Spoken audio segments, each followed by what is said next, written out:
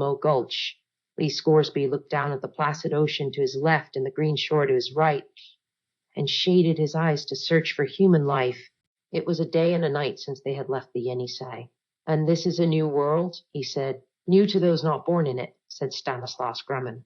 "As old as yours or mine otherwise. What Asriel's done has shaken everything up, Mr. Scoresby, shaken it more profoundly than has ever been shaken before. These doorways and windows that I spoke of, they open in unexpected places now. It's hard to navigate, but this wind is a fair one. New or old, that's a strange world down there," said Lee. "Yes," said Stanislaus Grumman, "it is a strange world, though no doubt some feel at home there." "It looks empty," said Lee. "Not so.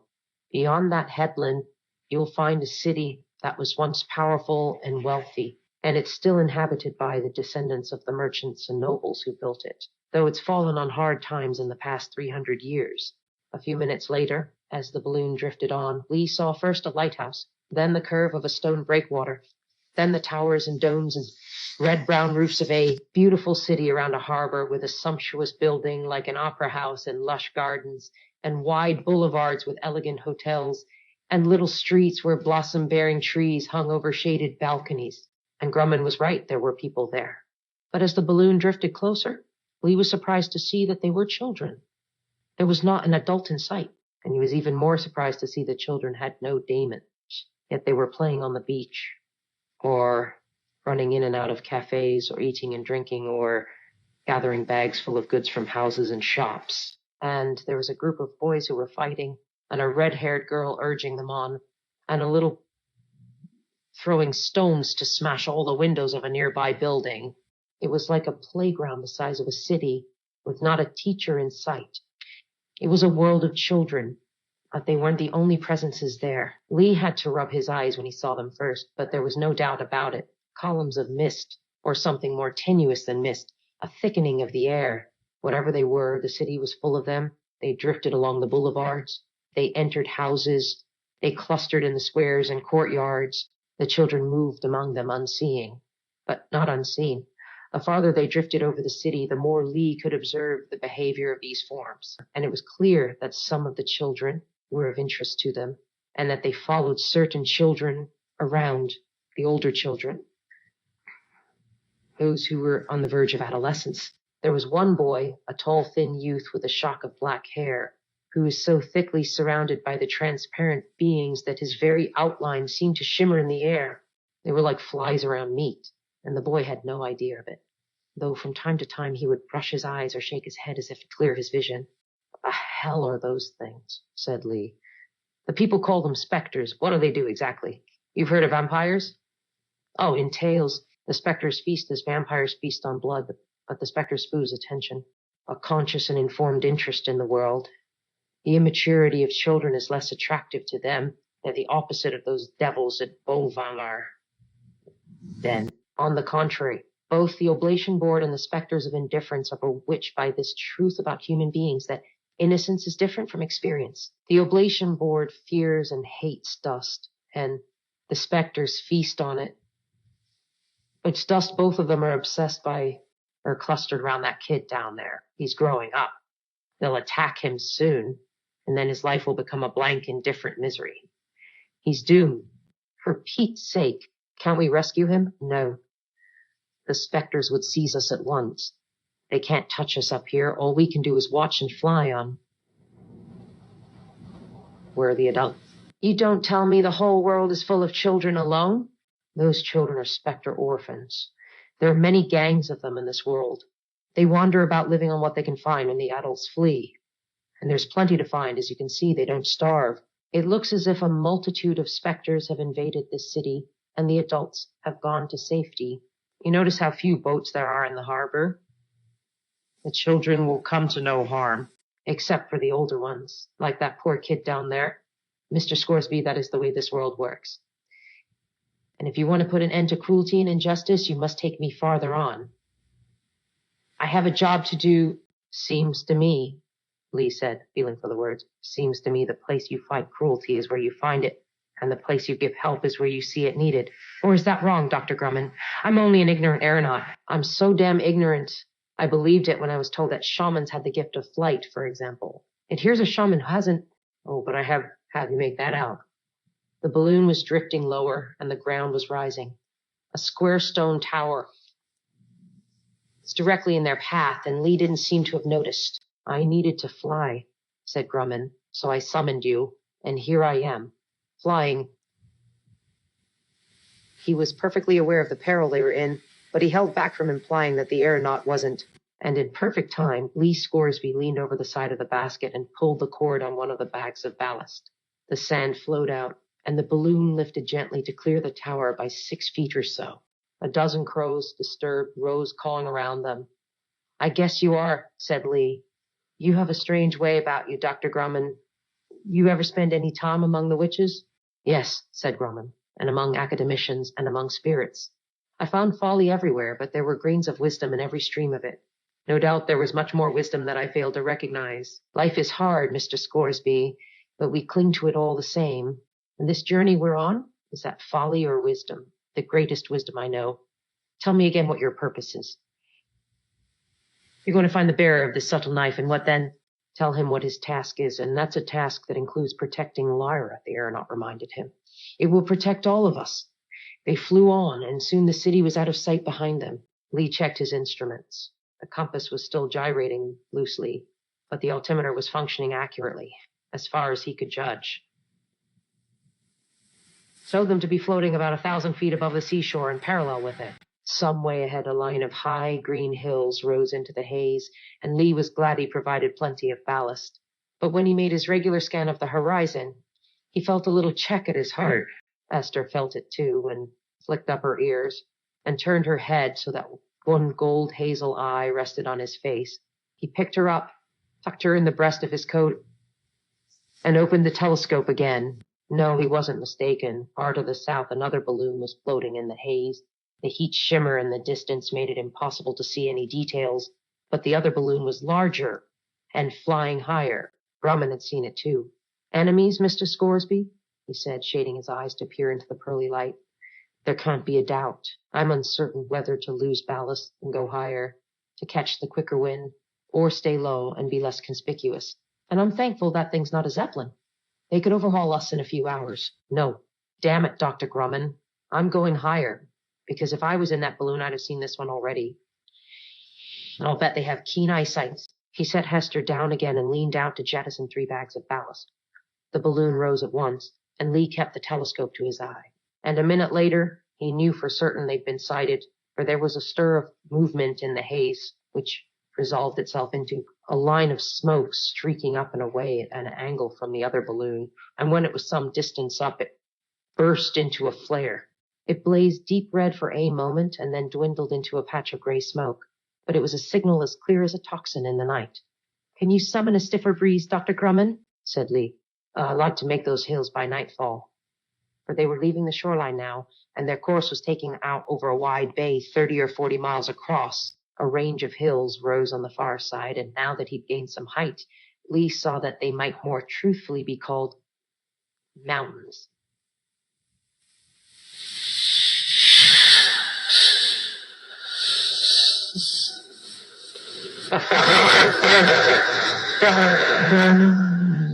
In a trance. The shaman's eyes were closed, and beads of sweat stood out on his forehead as he rocked gently back and forth.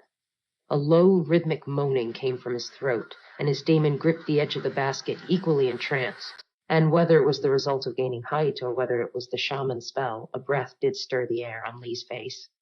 He looked up to check the gas bag and saw it sway a degree or two, leaning toward the hills. But the breeze that moved them more swiftly was working on the other balloon, too. It was no closer, but neither had they left it behind, and as Lee turned the telescope on it again, he saw darker, smaller shapes behind it in the shimmering distance.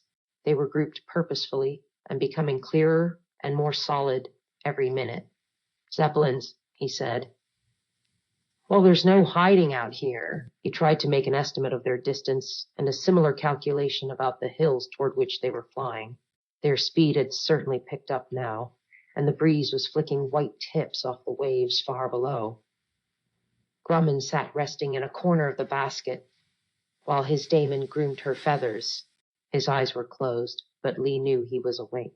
The situation's like this, Dr. Grumman, he said. I do not want to be caught aloft by those Zeppelins. There ain't no defense, they'd have us down in a minute, nor do I want to land in the water. By free choice or not, we could float for a while, but they could pick us off with grenades as easy as fishing. So I want to reach those hills and make a landing. I can see some forest now. We can hide among the trees for a spell, maybe a long time. And meanwhile, the sun's going down. We have about 3 hours to sunset, by my calculation. And it's hard to say, but I think those Zeppelins will have closed on us halfway by that time, and we should have gotten to the far shore of this bay. Nay, you understand what I'm saying. I'm going to take us up into those hills and then land. Anything else is certain death. They'll have made a connection now between this ring I showed them and the Skraeling I killed on Nova Zembla. And they ain't chasing us this hard to say we left our wallet on the counter. So sometime tonight, Dr. Grumman, this flight's going to be over. You ever landed in a balloon? No, said the shaman, but I trust your skill. I'll try and get as high up that range as I can. It's a question of balance because the farther we go, the closer they'll be behind us. If I land when they're too close behind, they'll be able to see where we go. But if I take us down too early, we won't find the shelter of those trees. Either way, there's going to be some shooting before long. Grumman sat impassively, moving a magical token of feathers and beads from one hand to the other in a pattern that Lee could see had some purposeful meaning. His eagle daemon's eyes never left the pursuing Zeppelins.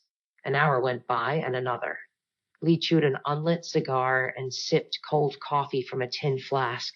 The sun settled lower in the sky behind them, and Lee could see the long shade of evening creep along the shore of the bay and up the lower flanks of the hills ahead, while the balloon itself and the mountaintops were bathed in gold. And behind them, almost lost in the sunset glare, the little dots of the Zeppelins grew larger and firmer. They had already overtaken the other balloon and could now be easily seen with the naked eye, 4 of them in line abreast, and across the wide silence of the bay came the sound of their engines, tiny but clear, an insistent mosquito whine. When they were still a few minutes from making the shore at the foot of the hills, Lee noticed something new in the sky behind the Zeppelins. A bank of clouds had been building, and a massive thunderhead reared thousands of feet up into the still bright upper sky. How had he failed to notice? If a storm was coming, the sooner they landed, the better. And then a dark green curtain of rain drifted down and hung from the clouds, and the storm seemed to be chasing the Zeppelins as they were chasing Lee's balloon, for the rain swept along toward them from the sea, and as the sun finally vanished, a mighty flash came from the clouds, and several seconds later a crash of thunder so loud it shook the very fabric of Lee's balloon, and echoed back for a long time from the mountains. Then came another flash of lightning, and this time the jagged fork struck down direct from the thunderhead at one of the Zeppelins. In a moment the gas was alight. A bright flower of flame blossomed against the bruised dark clouds, and the craft drifted down slowly, ablaze like a beacon, and floated, still blazing, on the water. Lee let out the breath he'd been holding. Grumman was standing beside him, one hand on the suspension ring, with lines of exhaustion deep in his face. "Did you bring that storm?" said Lee. Grumman nodded. The sky was now colored like a tiger. Bands of gold alternated with patches and stripes of deepest brown-black, and the pattern changed by the minute, for the gold was fading rapidly as the brown-black engulfed it. The sea behind was a patchwork of black water and phosphorescent foam, and the last of the burning Zeppelin's flames were dwindling into nothing as it sank. The remaining 3, however, were flying on, buffeted hard, but keeping to their course. More lightning flashed around them, and as the storm came closer, Lee began to fear for the gas in his own balloon. One strike could have it tumbling to earth in flames, and he didn't suppose the shaman could control the storm so finely as to avoid that. "Right, Dr. Grumman," he said. "I'm going to ignore those Zeppelins for now and concentrate on getting us safe into the mountains and on the ground. What I want you to do is sit tight and hold on, and be prepared to jump when I tell you. I'll give you warning, and I'll try to make it as gentle as I can. Landing in these conditions is a matter of luck as much as skill. I trust you, Mr. Scoresby," said the shaman. He sat back in a corner of the basket while his daemon perched on the suspension ring. Her claws dug deep in the leather binding. The wind was blowing them hard now, and the great gas bag swelled and billowed in the gusts. The ropes creaked and strained, but Lee had no fear of their giving way. He let go some more ballast and watched the altimeter closely. In a storm, when the air pressure sank, You had to offset that drop against the altimetric reading, and very often it was a crude rule of thumb calculation. Lee ran through the figures, double-checked them, and then released the last of his ballast. The only control he had now, the gas valve. He couldn't go higher. He could only descend. He peered intently through the stormy air and made out the great bulk of the hills, dark against the dark sky. From below there came a roaring, rushing sound, like the crash of surf on a stony beach, but he knew it was the wind tearing through the leaves on the trees. So far, already. They were moving faster than he thought, and he shouldn't leave it too long before he brought them down. Lee was too cool by nature to rage at fate. His manner was to raise an eyebrow and greet it laconically, but he couldn't help a flicker of despair now, when the one thing he should do, namely fly before the storm and let it blow itself out, was the one thing guaranteed to get them shot down. He scooped up Hester and tucked her securely into his breast, buttoning the canvas coat up close to keep her in. Grumman sat steady and quiet. His daemon, wind-torn, clung firmly with her talons deep in the basket rim and her feathers blown erect. "I'm going to take us down, Dr. Grumman," Lee shouted above the wind. "You should stand and be ready to jump clear. Hold the ring and swing yourself up when I call." Grumman obeyed. Lee gazed down ahead, checking each dim glimpse against the next, and blinking the rain out of his eyes, for a sudden squall had brought heavy drops them like handfuls of gravel, and the drumming they made on the gas bag added to the wind's howl and the lash of the leaves below until Lee could hardly even hear the thunder. "Here we go," he shouted. "You cooked up a fine storm, Mr. Shaman." He pulled at the gas valve line and lashed it around a cleat. Keep it open. As the gas streamed out of the top, invisible far above, the lower curve of the gas bag withdrew into itself, and a fold, and then another, appeared where there had been a bulging sphere only a minute before. The basket was tossing and lurching so violently it was hard to tell if they were going down, and the gusts were so sudden and wayward that they might easily have been blown a long way skyward without knowing. But after a minute or so, Lee felt a sudden snag and knew the grapnel had caught on a branch. It was only a temporary check, so the branch had broken, but it showed how close they were. He shouted, 50 feet above the trees. The shaman nodded. Then came another snag, more violent, and the two men were thrown hard against the rim of the basket. Lee was used to it and found his balance at once, but the force took Grumman by surprise. However, he didn't lose his grip on the suspension ring, and Lee could see him safely poised, ready to swing himself clear. A moment later came the most jolting shock of all as the grapnel found a branch that held it fast. The basket tilted at once, and a second later was crashing into the treetops, and amid the lashing of wet leaves and the snapping of twigs and the creak of tormented branches, it jolted to a precarious halt. Still there, Dr. Grumman?" Lee called, for it was impossible to see anything. "Still here, Mr. Scoresby. Better keep still for a minute till we see the situation clearly," said Lee, for they were wildly swaying in the wind, and he could feel the basket settling with little jerks against whatever was holding them up. There was still a strong sideways pull from the gas bag, which was now nearly empty, but which, as a result, was catching the wind like a sail. It crossed Lee's mind to cut it loose, but if it didn't fly away altogether, it would hang in the treetops like a banner and give their position away. Much better to take it in. There came another lightning flash, and a second later the thunder crashed. The storm was nearly overhead. The glare showed Lee an oak trunk with a great white scar where a branch had been torn away, but torn only partially, for the basket was resting on it near the point where it was still attached to the trunk. "I'm going to throw out a rope and climb down," he shouted. "As soon as our feet touch the ground, we can make the next plan." "I'll follow you, Mr. Scoresby," said Grumman. "My daemon tells me the ground is 40 feet down." And Lee was aware of a powerful flutter of wings as the eagle daemon settled again on the basket rim. "She can go that far?" he said, surprised, but put that out of his mind and made the rope secure, first to the suspension ring and then to the branch, so that even if the basket did fall, it wouldn't fall far. Then, with Hester secure in his breast, he threw the rest of the rope over and clambered down till he felt solid ground beneath his feet. The branches grew thick around the trunk. This was a massive tree, a giant of an oak, and Lee muttered a thank you to it as he tugged on the rope to signal to Grumman that he could descend. Was there another sound in the tumult? He listened hard, Yes, the engine of a Zeppelin, maybe more than one, some way above. It was impossible to tell how high or in which direction it was flying, but the sound was there for a minute or so. Then it was gone. The shaman reached the ground. Did you hear it? Said Lee. Yes, going higher into the mountains, I think. Congratulations on landing us safely, Mr. Scoresby. We ain't finished yet. I want to get that gas bag under the canopy before daybreak, or it'll show up our position from miles away. You up to some manual labor, Dr. Grumman? Tell me what to do. All right, I'm going back up the rope, and I'll lower some things down to you.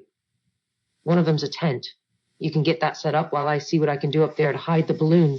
They labored for a long time, and in peril at one point, when the branch that had been supporting the basket finally broke and pitched. Lee down with it, but he didn't fall far, since the gas bag still trailed among the treetops and held the basket suspended. The fall, in fact, made concealing the gas bag easier, since the lower part of it had been pulled down through the canopy and working by flashes of lightning, tugging and wrenching and hacking. Lee managed to drag the whole body of the balloon down among the lower branches and out of sight. The wind was still beating the treetops back and forth, but the worst of the rain had passed by the time he decided he could do no more. He clambered down and found that the shaman had not only pitched the tent, but had conjured a fire into being and was brewing some coffee. This done by magic? Said Lee, soaked and stiff, easing himself down into the tent and taking the mug Grumman handed him. No, you can thank the Boy Scouts for this, said Grumman. Do they have Boy Scouts in your world? Be prepared. Of all the ways of starting a fire, the best is dry matches. I never travel without them. We could do worse than this as a campsite, Mr. Scoresby. You heard those Zeppelins again? Grumman held up his hand. Lee listened, and sure enough, there was that engine sound, easier to make out now that the rain had eased a little. They've been over twice now, said Grumman. They don't know where we are, but they know we're here somewhere. And a minute later, a flickering glow came from somewhere in the direction the Zeppelin had flown. It was less bright than lightning, but it was persistent, and Lee knew it for a flare.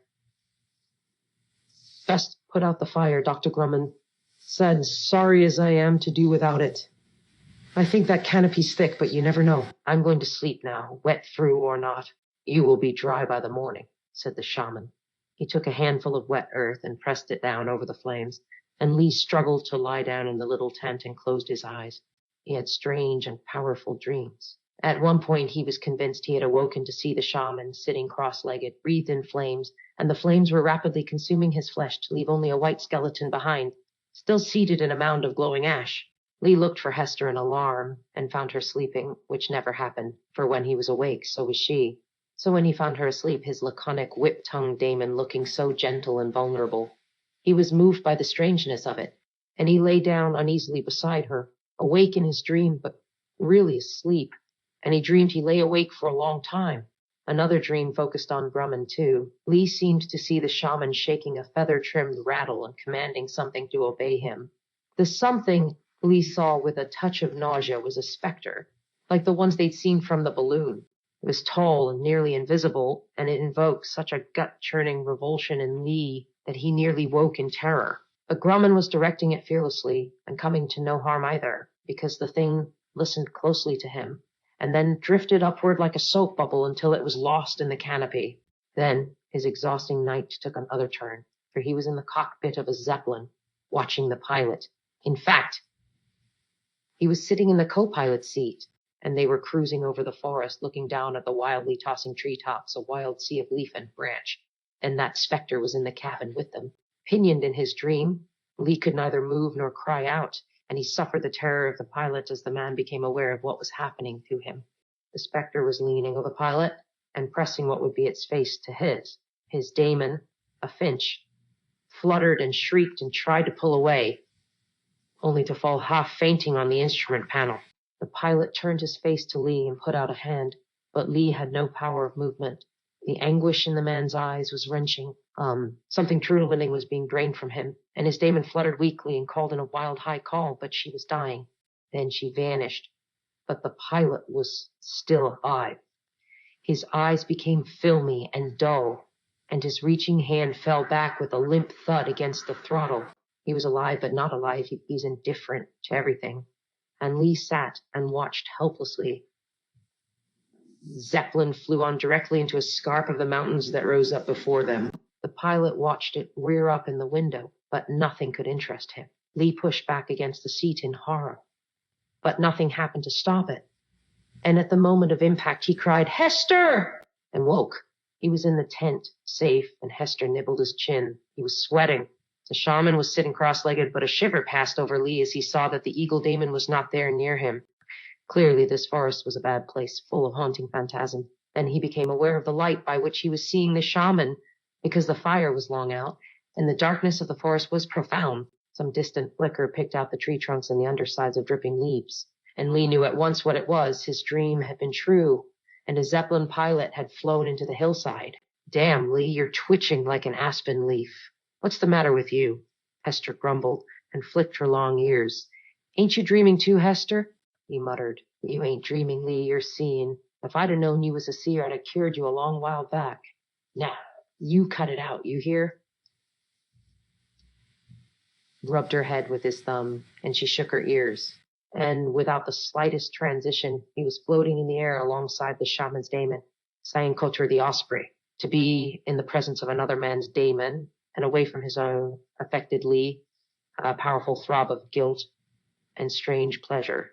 They were gliding, as if he too were a bird, on the turbulent updrafts above the forest, and Lee looked around through the dark air, now suffused with a pallid glow from the full moon that occasionally glared through a brief rent in the cloud cover and made the treetops ring with silver. The eagle daemon uttered a harsh scream, and from below came in 1,000 different voices the calls of 1,000 birds, the too-hoo of owls, the alarm shriek of little sparrows, the liquid music of the nightingale. Sayankotur was calling them, and in answer they came, every bird in the forest, whether they had been gliding in the hunt on silent wings or roosting asleep.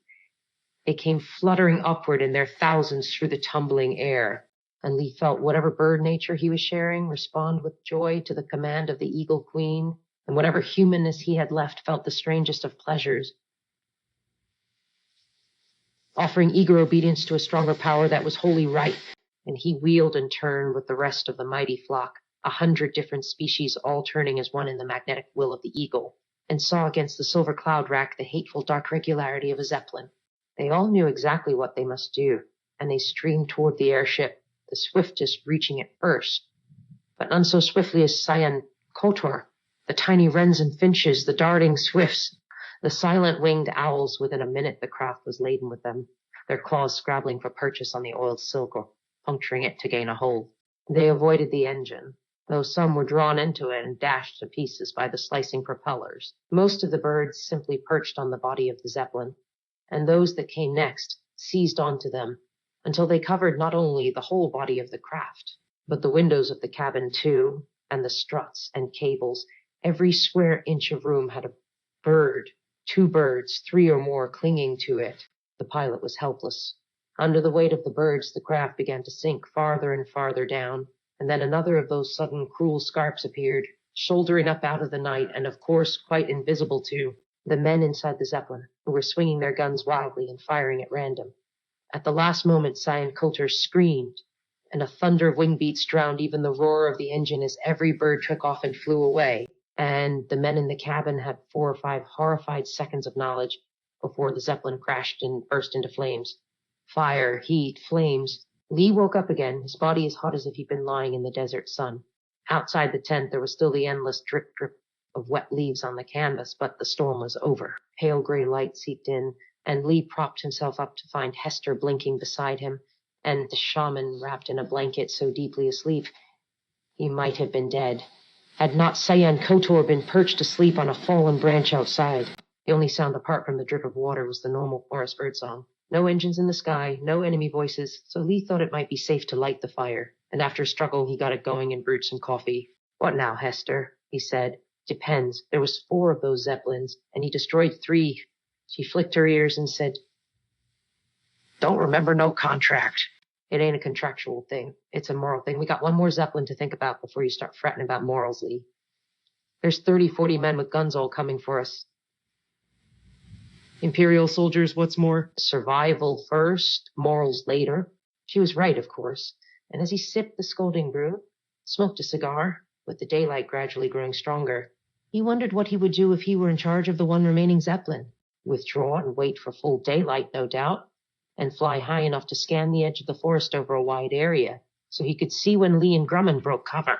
The osprey daemon Sean Kotor awoke and stretched her great wings above where Lee was sitting. Hester looked up and turned her head this way and that, looking at the mighty daemon with each golden eye in turn. And a moment later, the shaman himself came out of the tent.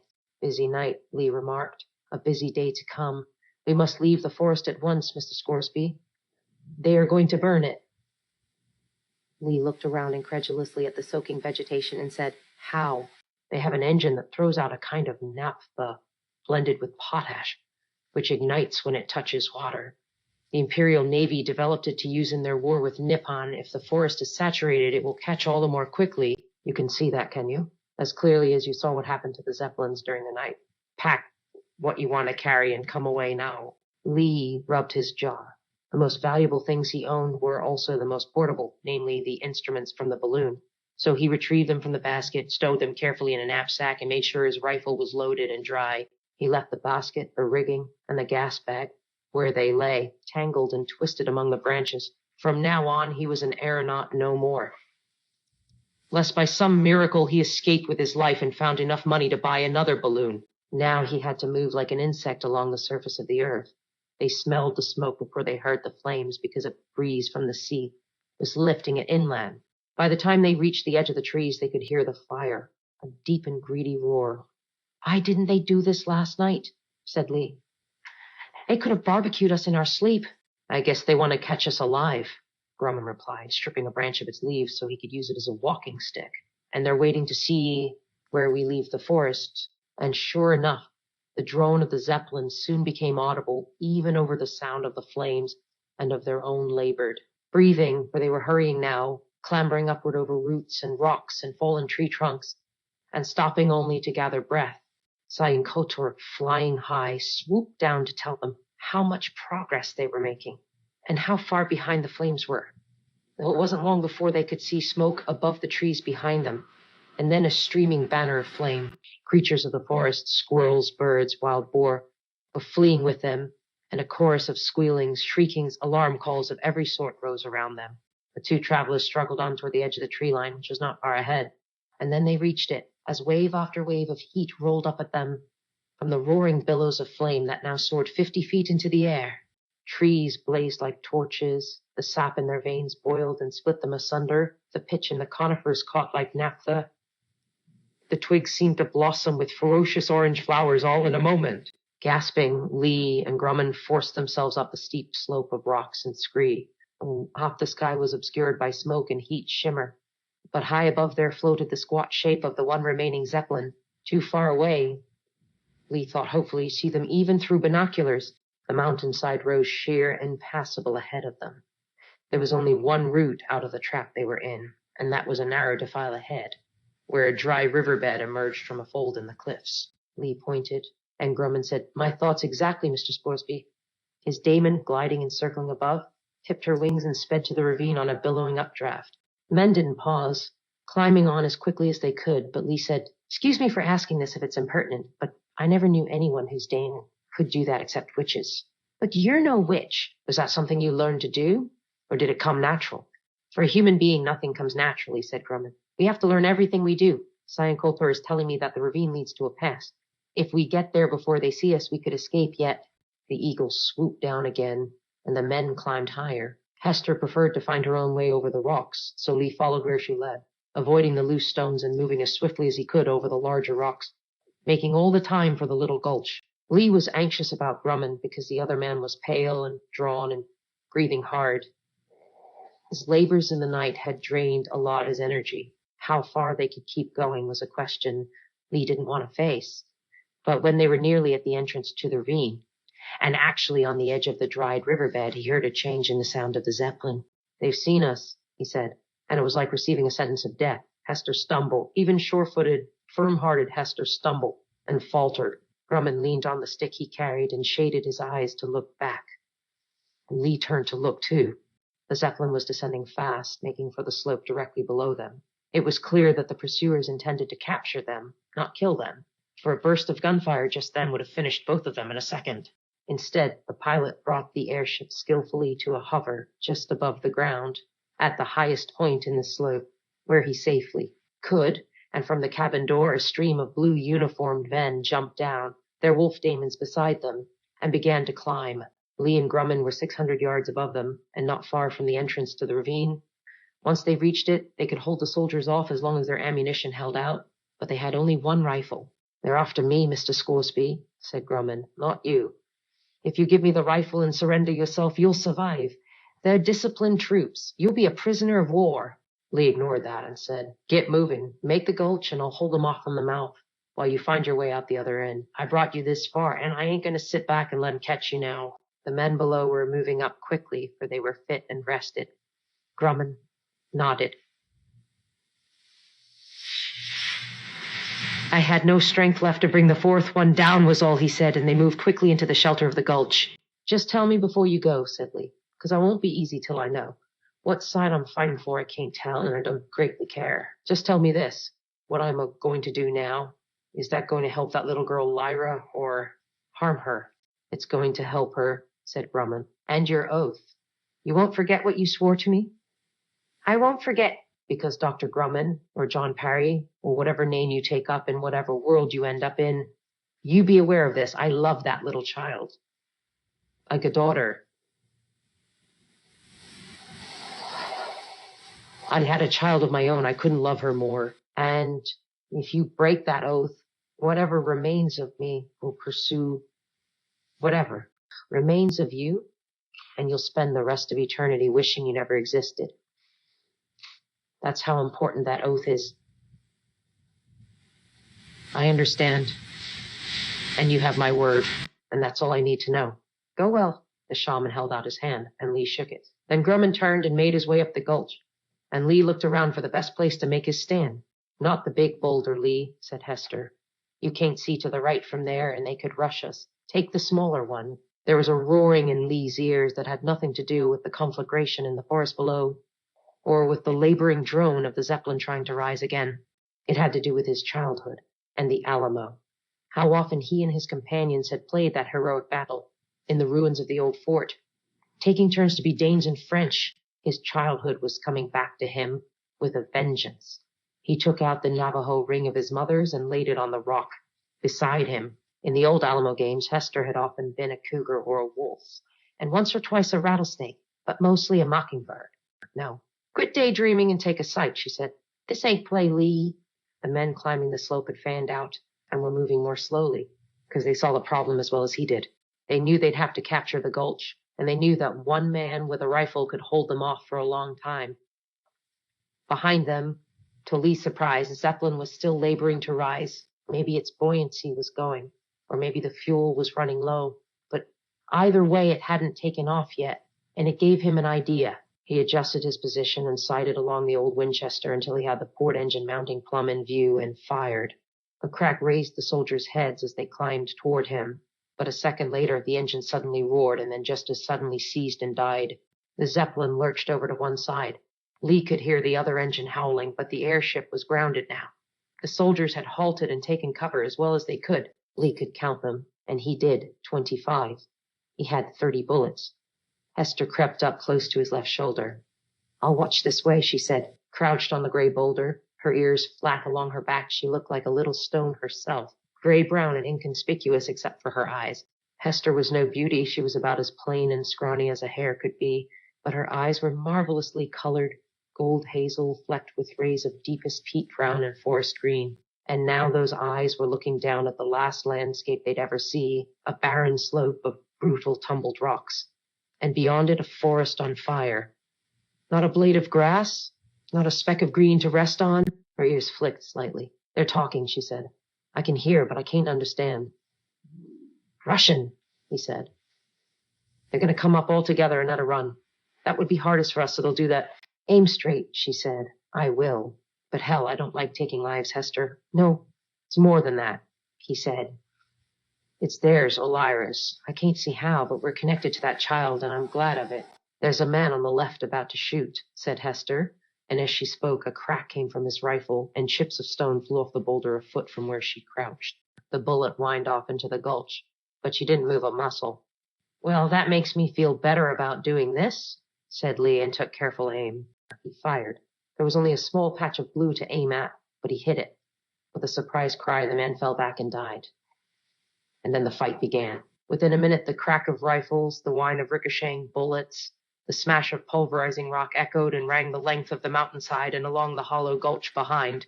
The smell of cordite and the burning smell that came from the powdered rock where the bullets hit were just variations on the smell of burning wood from the forest, until it seemed that the whole was burning. Lee's boulder was soon scarred and pitted, and he felt the thud of the bullets as they hit it.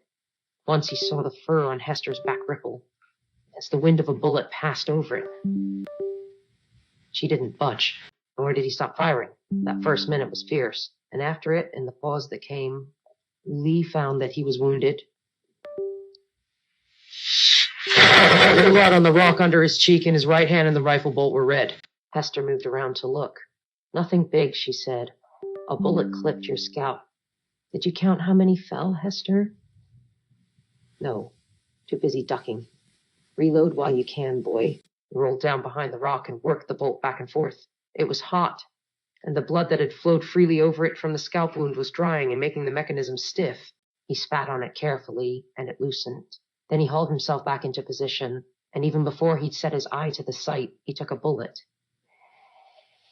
Felt like an explosion in his left shoulder.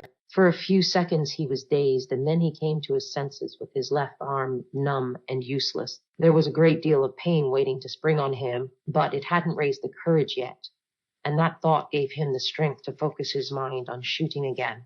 He propped the rifle on the dead and useless arm that had been so full of life a minute ago, and sighted with stolid concentration. 1 shot, 2, 3, and each found its man. "How we doing?" he muttered. "Good shooting," she whispered back, very close to his cheek. "Don't stop. Over by that black boulder." He looked, aimed, shot. The figure fell. "Damn, these are men like me," he said. "Makes no sense," she said. "Do it anyway." "Do you believe him?" "Grumman?" "Sure. Plumb ahead, Lee." Crack! Another man fell, and his daemon went out like a candle. Then there was a long silence. Fumbled in his pocket. Found some more bullets. As he reloaded, he felt something so rare his heart nearly failed. He felt Hester's face pressed to his own, and it was wet with tears. "Lee, this is my fault," she said. "Why?" "The skraeling. I told you to take his ring. Without that, we'd never be in this trouble." "You think I ever did what you told me?" "I took it because the witch—" He didn't finish, because another bullet found him. This time it smashed into his left leg, and before he could even blink, a third one clipped his head again, like a red-hot poker laid along his skull. "Not long now, Hester," he muttered, trying to hold still. "The witch, Lee! You said the witch! Remember?" Poor Hester, she was lying now, not crouching tense and watchful, as she'd done all his adult life, and her beautiful gold-brown eyes were growing dull. "Still beautiful," he said. "Oh, Hester, yeah, the witch. She gave me—" "Sure she did." "Flower in my breast pocket. Fetch it, Hester, I can't move." It was a hard struggle, but she tugged out the little scarlet flower with her strong teeth and laid it by his right hand. With a great effort, he closed it in his fist and said, "Serafina Peccola, help me, I beg."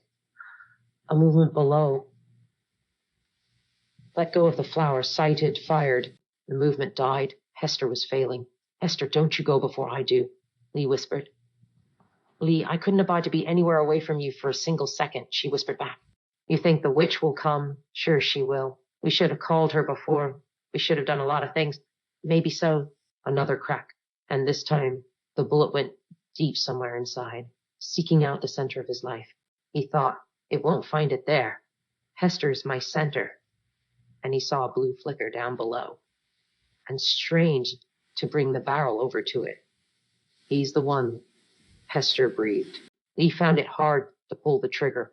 Everything was hard. He had to try 3 times, and finally he got it. The blue uniform tumbled away down the slope. Another long silence. The pain nearby was losing its fear of him. It was like a pack of jackals circling, sniffing, treading closer, and he knew they wouldn't leave him now till they'd eaten him bare. "There's one man left," Hester muttered. He's a-making for the Zeppelin. And Lee saw him mistily, one soldier of the Imperial Guard creeping away from his company's defeat. I can't shoot a man in the back, Lee said. Shame to die with one bullet left, though. So he took aim with his last bullet at the Zeppelin itself, still roaring and straining to rise with its one engine. And the bullet must have been red hot. Or maybe a burning brand from the forest below was wafted to the airship on an updraft, for the gas suddenly billowed into an orange fireball, and the envelope in the metal skeleton rose a little way and then tumbled down very slowly, gently, but full of a fiery death. And the man creeping away and the 6 or 7 others who were the only remnant of the guard and who hadn't dared come closer to the man holding the ravine were engulfed by the fire that fell on them. Lee saw the fireball and heard through the roar in his ears Hester saying, "That's all of them, Lee." He said, or thought, "Those poor men didn't have to come to this. Nor did we." She said, "We held them off. We held out. We were helping Lyra." Then she was pressing her little proud broken self against his face as close as she could get. And then they died.